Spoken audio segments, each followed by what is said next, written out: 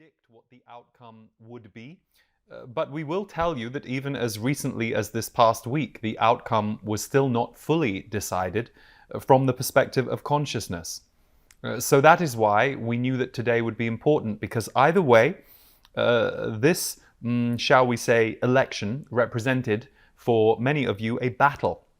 And for some of you, it looks like a battle between dark and light. And we will say it is a bit more complex than that, even though you are not wrong about some of your assessment. But today, what we wish to focus on with you is the power of your light. The power of your light. Both the light that is inside you, but also the light that you can access. It is no different to having wonderful friends who are uplifting. And you may say, well, I am not an uplifting person like my friend is. And we will say, yes, but you are connected to that friend. You and that friend have an alignment and an alliance. And so that means through that friend's energy, you are connected to uplift. And you have created that. You have created that relationship, you have created that connection, and your friend is in agreement that they want to connect with you. So in that sense, what you see as belonging to them is actually something that you are engaged with through your connection to them. So we address this to remind you that the power of your light is not necessarily always within you. There are times where you feel your light has left you, that you cannot access light, that you are perhaps experiencing more of what you would call an inner darkness or lower vibrations in yourself that pull you away from feeling at your most powerfully light. But there are always those humans and beings and other energies and entities around you that you can tap into for light, that you can connect with for a connection to light. So never forget that light is within you, but it is also around you. And if you cannot generate it from inside, then you can find it outside you and connect to it. That is going to be very important for many of you in these coming days. Those of you who feel sunk by what has happened here, you are going to work with your light and you are going to bring yourself back. For you are sunk because of the exhaustion of a fight. You are sunk because of what you perceive is coming. And you are sunk because this is not the representative you were hoping for. However, things have become very complex on Earth in that your political system is imploding on itself. And this will be a part of that journey. We are not saying this is the only way it could have happened, for as with your own personal healing journey, things can speed up and things can slow down, depending on where you're at, what you're ready for, what you're available to experience. So what we will tell you is, none of this is going to go quite the way anyone thinks it's going to go. So in terms of winners and losers today, we would say there actually are not any, even though many of you might feel like you lost and someone else won. But these are both temporary feelings. These feelings will pass, and it's necessary for you to feel your grief, your shock, your anger, your rage. It's equally important for those who are celebrating or excited to experience that, because you all need to move on from those emotions in order to come back to your true core alignment, which is the power of your light.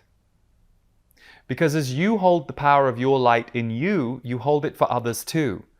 You do a service to the collective as well as to yourself when you become a flame of consciousness, a flame of light, a flame of love, a flame of strength.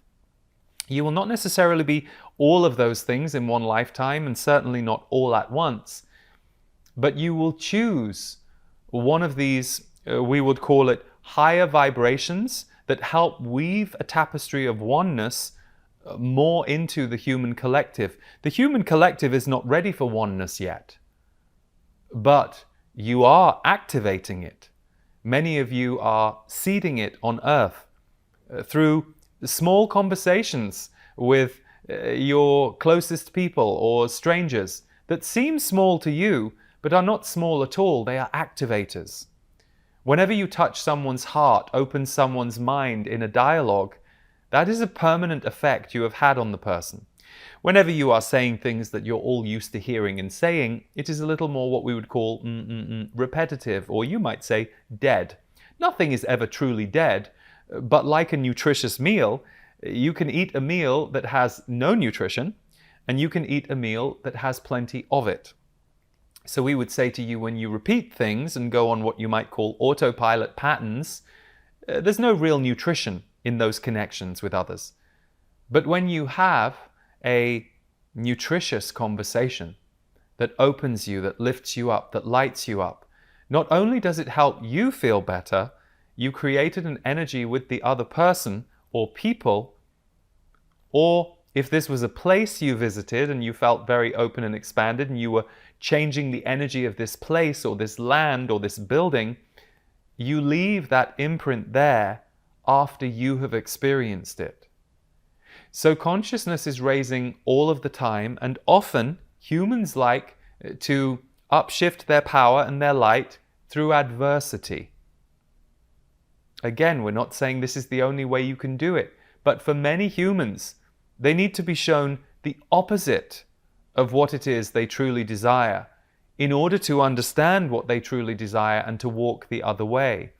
Discernment is still low on the planet. There are still many on the planet who are not capable of discerning energy.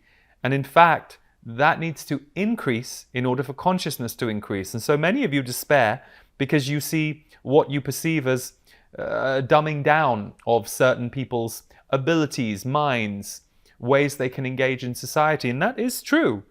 That is happening. And again, it's by design. But so too is the opposite. And that is what you are here for. And you may not be able to generate the opposite today or next month or even next year. But you can seek the opposite.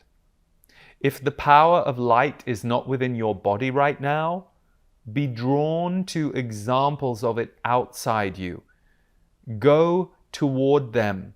Put yourself in places where things are a little more uplifted than you. And we will say, get over the part of your ego that would make you stay away from those people or places because your ego is worried that you aren't, shall we say, open enough or high enough to be there. That is not how it works. You are responsive beings, which means if someone smiles at you, you are going to respond with an openness. If someone growls at you or gives you an angry look, you're going to respond with fear. So, it's all about recognizing that your inner being is so changeable from moment to moment.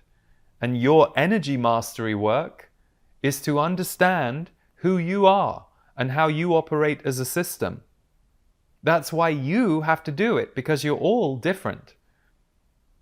A person who has an affinity with anxiety is going to behave differently and experience life very differently to a person who does not really have a relationship with anxiety and instead is quite confident in their freedom and their ability to move around the world. Your conditioning and who you have become plays a big part. But no matter your conditioning, no matter what you are living with, you are connected to the power of light.